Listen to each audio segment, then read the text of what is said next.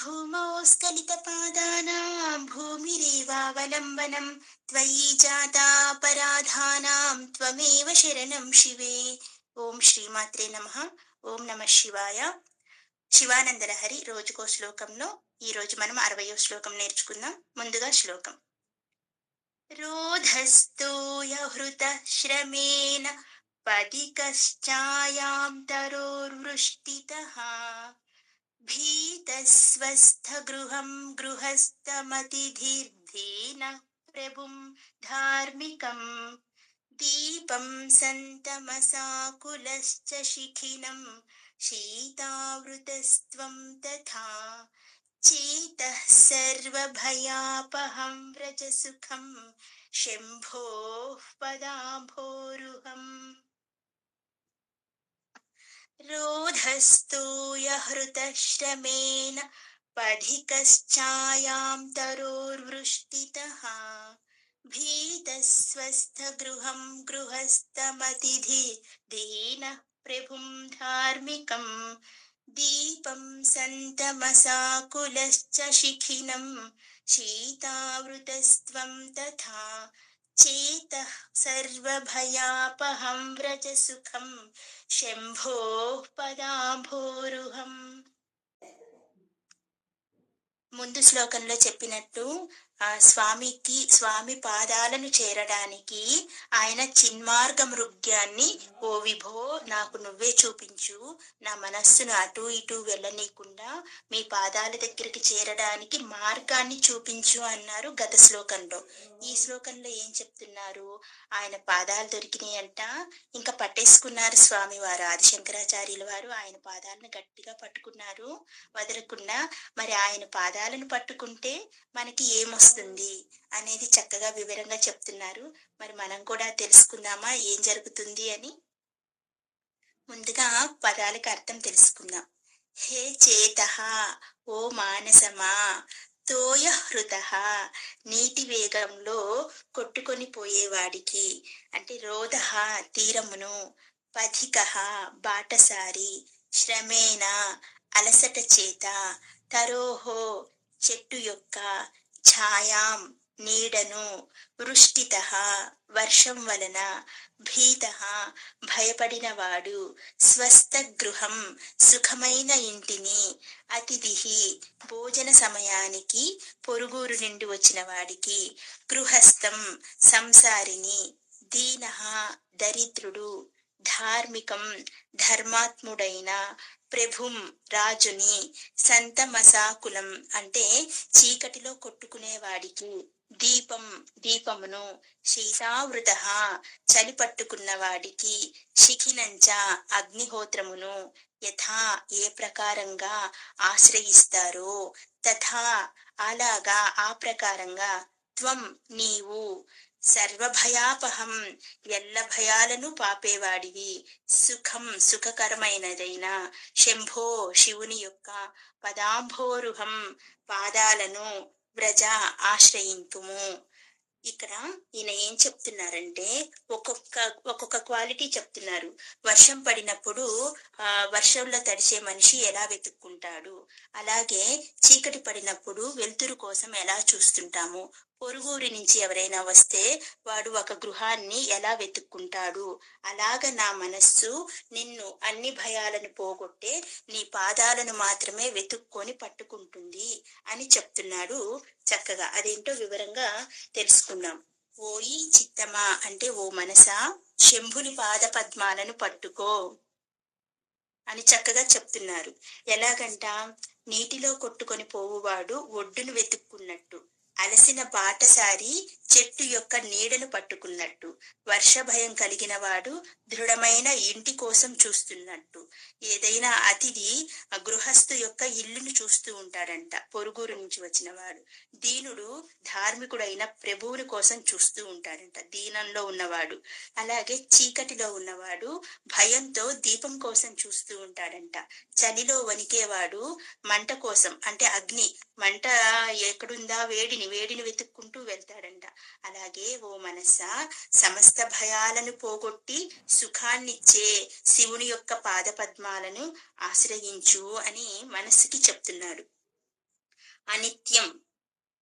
ఏంటి అనిత్యం? శివుడు అనిత్యం. అనిత్యం అనాత్మమై అయిన వస్తువుల చేత నువ్వు పొందచూసే సౌఖ్యము శాశ్వతమేమీ కాదు.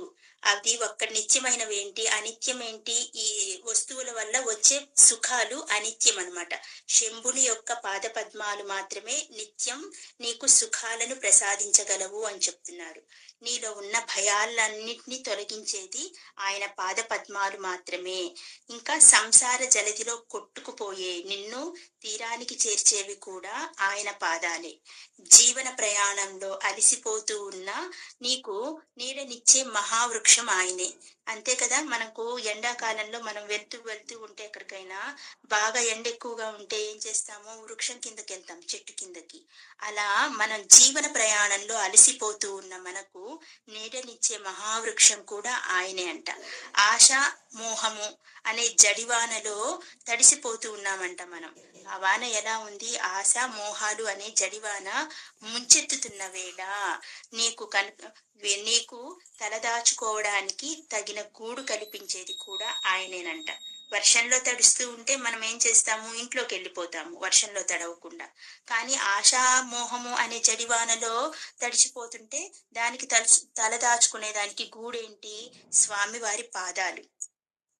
నువ్వు అసలు తనకి దగ్గర వాడివి కనుకనే ఇక్కడ ఈ పరాయి చోట బాటసారిలా నువ్వు చేస్తున్న ఈ ఇహలోక యాత్రలో కూడా నీకు సమయానికి తగిన భోజన సదుపాయాలు సమకూర్చి పెడుతున్న సనాతన గృహస్థు ఆయనే. ఇది ఒక్కటి ఎంత చక్కగా చెప్పారో చూడండి. మనం ఏం చేస్తాము? వేరే ఊరికి ప్రయాణం కోసం వెళ్తూ ఉంటాం. ఇప్పుడంటే హోటళ్ళు, రెస్టారెంట్లు అవి ఉన్నాయి. పూర్వకాలంలో ఏం చేసేవారంటే అలా నడిచి వెళ్తూ వెళ్తూ ఆకలైనప్పుడు ఎవరైనా అతిథిగా నన్ను పిలిచి ఆహారం పెట్టకపోతారా, ఎవరైనా కాస్తంత రాత్రికి చోటు ఇవ్వకపోతారా అని బాటసార్లు అడుగుతూ ఉంటారనమాట. అడుగుతూ వెళ్తూ ఉంటారు. అది చెప్తున్నారు ఈయన. మనం ఏం చేస్తాము? అలా సంసారం అనే దాంట్లో ప్రయాణం చేస్తున్నామంట. ఈయన ఏంటి? తన దగ్గర వాడివి కాకపోయినా, అది పరాయి చోటైనా బాటసారిలా ఆయన ప్రయాణం చేస్తున్నాడంట. ఈ ఇహలోక యాత్రలో ఆయన ప్రయాణం చేస్తూ చేస్తూ ఉన్నాడు. ఎందుకు? మనకి సమయానికి తగిన భోజన సదుపాయాలు సమకూర్చపెట్టగలిగే సనాతన గృహస్థు ఆయనే. మొదటి గృహస్థు ఆయనే అని చెప్పాం కదా, ఆది గృహస్థు ఆయనే. అలా ఆయన మన కోసం ఈ ఇహలోకంలోకి వచ్చి యాత్ర చేస్తున్నారంట. మనలాంటి వాళ్ళకి కడుపు నింపటం కోసం, అన్ని సదుపాయాలు సమకూర్చి పెట్టడం కోసం ఆయనే గృహస్థుగా మారి వెతుకుతూ ఉన్నాడంట. ఈ ఇహలోక యాత్ర చేస్తూ ఉన్నాడంట. ఆయన చూపించే ఆదరానికి, తాను పాటించే గృహస్థ ధర్మానికి ఎన్నడూ లోటు లోపం రానియడు. విడివాళ్ళైతే ఒక పూట ఇస్తారు, 2 పూటలు ఇస్తారు, 3వ పూట వాళ్ళకు కూడా విసుగ్గానే ఉంటుంది కదా. కానీ ఈయన్ని ఆశ్రయిస్తే ఈయన ఎలాంటి నియమాల్ని పాటిస్తున్నాడంట? గృహస్థ ధర్మాన్ని క్రమశిక్షణతో పాటిస్తున్నారంట. అలాంటి ధర్మానికి ఈయన లోటు రానియడంట. కాబట్టి మనం ఏం చేయాలి? వెళ్ళి ఆయన పాదాలని పట్టుకోవాలి. అలాంటి లోటు రానియని వారి పాదాలనే పట్టుకోమంటున్నారు చక్కగా ఆది శంకరాచార్యుల వారు. అవిద్యలో మగ్గుతున్న నీకు దీపం చూపిస్తాడు. మామూలుగా చీకటి పడితే, కరెంటు పోతే మనకు భయం అనిపిస్తుంది కదా, దీపం కోసం వెతుకుతూ ఉంటాము. కానీ ఈ మనకు అవిద్యలో మగ్గుతున్నామంట. అవిద్యలో మగ్గుతున్న మనకు జ్ఞానం అనే దీపాన్ని చూపుతాడంట భగవంతుడు మనకు. ఇంకా నీకు వెచ్చదనాన్ని ఇచ్చే జ్ఞానాగ్ని దిశగా నడిపిస్తాడు.